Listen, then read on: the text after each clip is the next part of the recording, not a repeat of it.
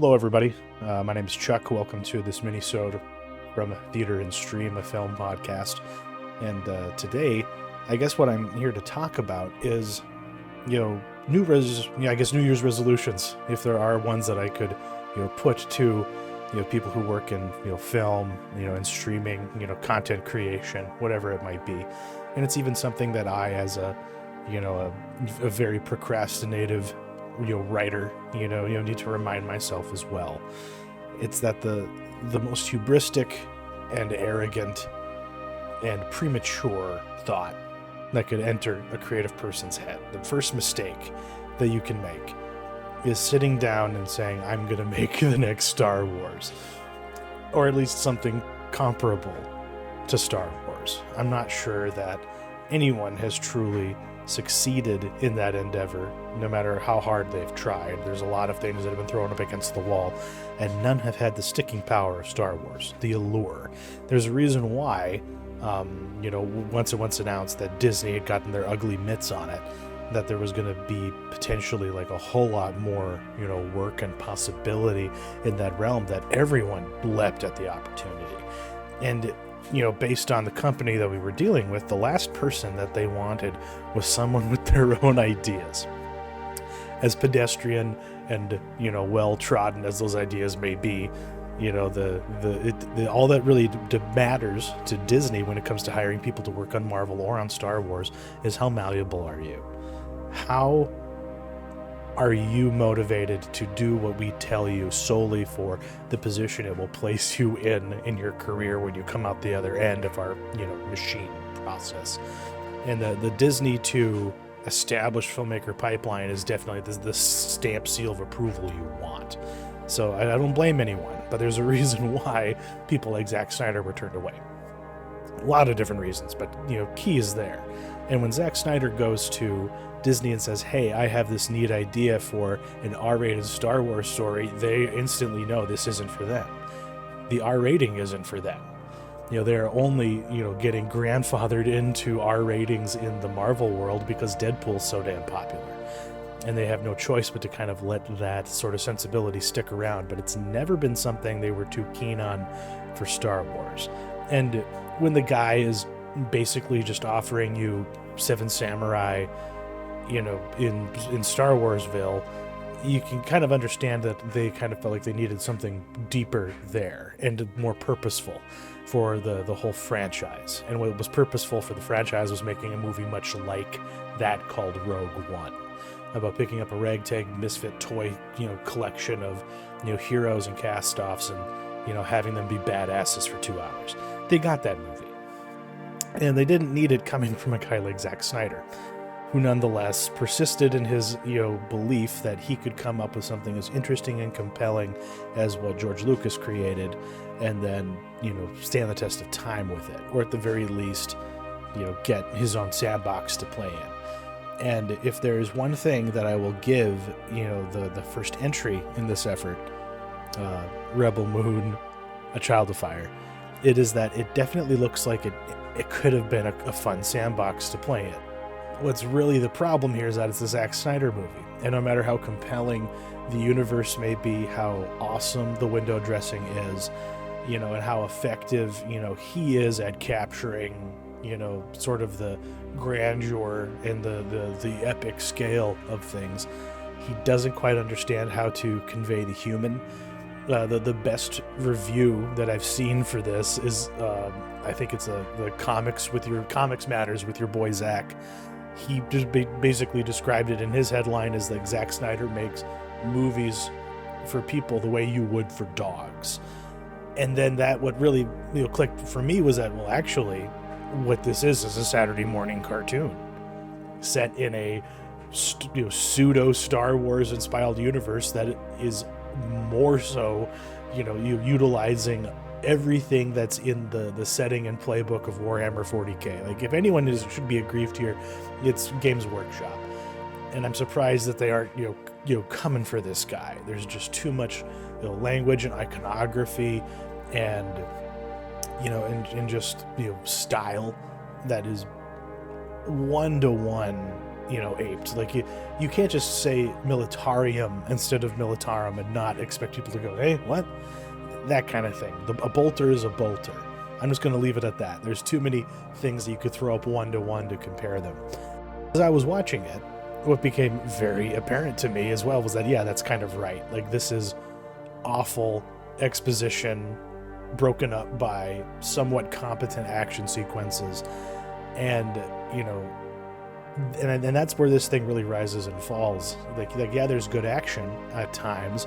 Yeah, some of the monsters and creatures are pretty compelling and pretty cool.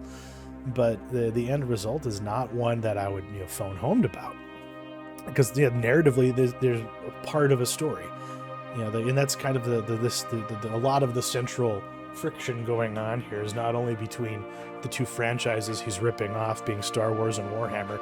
They're not exactly compatible, very much yin and yang, and as far as the kind of audiences that they appeal to and the ones that they are seeking in general. So if you're trying to make a Star Wars, your first failing is creating a situation where your big bads are functionally all human and who think nothing about totally wiping out an alien race if they don't, bend the knee and supplicate. And so it's itching a very different area. It's going after a very different place in the mind of audiences, whether he wants it or not. So there's dissonance there, and it doesn't create the beautiful harmony, the fusion of all Star Wars influences did. So yeah, he's already failing from the jump. He's falling into the trap that every single writer falls in when they try and do a Star Wars. And so because let's be real, this is basically just young adult throwaway sci-fi fantasy crap. There is nothing substantial happening here. It's really not doing anything very powerful or moving or serious. And of course everyone's been hating it, and objectively I can't argue with you, because I think that's the thing. As a quote-unquote Snyder fan who I was the original hipster going, oh no, you guys, you're wrong about Zack Snyder's Watchmen. It's actually the best thing ever. It's funny to see people coming back around on that now, because that's where I've been since 2009. However, I need to qualify this. I'm not just a random Snyder bro who was harassing Warner Brothers employees to get the Snyder cut out. I sat back and said, that'd be cool when I heard about the movement behind it, but I wasn't an active participant. And I was also one of those people who was relatively grateful to have gotten the experience, as opposed to what we could have been getting. And with those qualifiers out of the way, like, my struggle as I was watching it was, oh god, I am hating this, but I'm not turning it off. I finished it. And that's I guess what I learned about myself and about Zack Snyder and the kinds of movies he makes at this point in his career is that he has always just made Saturday morning cartoons. He has basically just taken, different, niche franchises or works, and tried to realize them in a way that is faithful and had integrity in that respect, but offered very little in the ways of, oh, I really like the performance that you got out of this guy, because he's just not that kind of a filmmaker. It's like expecting Michael Bay to get genuine work. You get to work the method out of an actor. He's just not that kind of dude. That's not how he's thinking, especially since he's behind his own fucking camera while he's directing half of this shit. And Steven Soderbergh, Zack Snyder is not. So I think what I'm saying is my cope happened a long time ago. This isn't present day cope to what I'm seeing. I was already here. I had already gotten to this point where I was like, oh no, I expect this to be middling. And my expectations are moderated enough to where I will sit back and go, oh, I know, I've pinned what this experience is. And what it is a nice diversion. Now, was this a good movie? No, because it's half of a movie. It shouldn't have even been a movie. This feels more like a pilot to a streaming series, more than it does a feature film that should be in theaters. Everyone's kind of deluding themselves here. Netflix, has the same grandiose ideas of what they are capable of, as a production house, as a tastemaker. And yeah, they throw their money around, as much as they can to try and claim, their stake in things that either are going to be special or unique, or from people like Snyder who have ran out their welcome within the system. And I'm just not sure that this is any better. There are times where this looks really, really good, and then other moments, the special effects or the set dressing will just make you cringe. And of course, it's a half-baked, potato, because we didn't get the whole potato. We are going to be getting a twice-baked potato with this, extended cut. That, from the sounds of it, he always viewed Snyder as the more definitive version of it. He always planned on delivering a lame PG-13 version, and then just to satisfy Netflix. But the real movie is the one you get from him after the fact. It's a little bit like games as service, or like look at Project CD Red and Cyberpunk 2077. The real game didn't arrive for 3 years after launch, and the consequence was, like I've articulated before, if you were only there for the original version of the product, you might not have it in you to come back around and even care once you've finally delivered the real thing, the real McCoy here. And I question, that as well. It's not something that I think is good for the product. It's not good for the audience. And we will all rue the day that this becomes the norm. But to kind of wrap things up a little bit, objectively, I cannot find much to support the notion that this is a good movie, but it is still one that I enjoyed watching, for what it was, and for what my expectations for it, now, for it, what it can be. This is, very simple, basic shit, and it's not done very well, and it has a schizophrenic approach to, the kind of audience that it's courting. So while it seems to be finding that audience bizarrely, and with as scattershot as their method has been, it's hard to say exactly where that leaves us. And because I'm not sure who else will be coming back around to watch it again.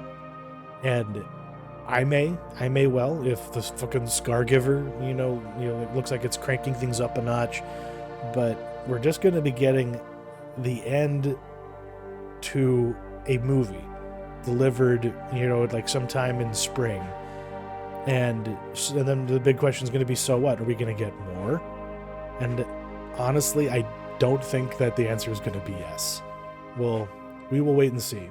And we will see you all next week when we gather to talk about the Iron Claw, release a couple other minisodes about our best of the year, and kind of talk about what we're looking forward to the most as we move into 2024. This will be obviously this was going to be publishing on New Year's Day, so nurse your hangover and watch a movie. Take care.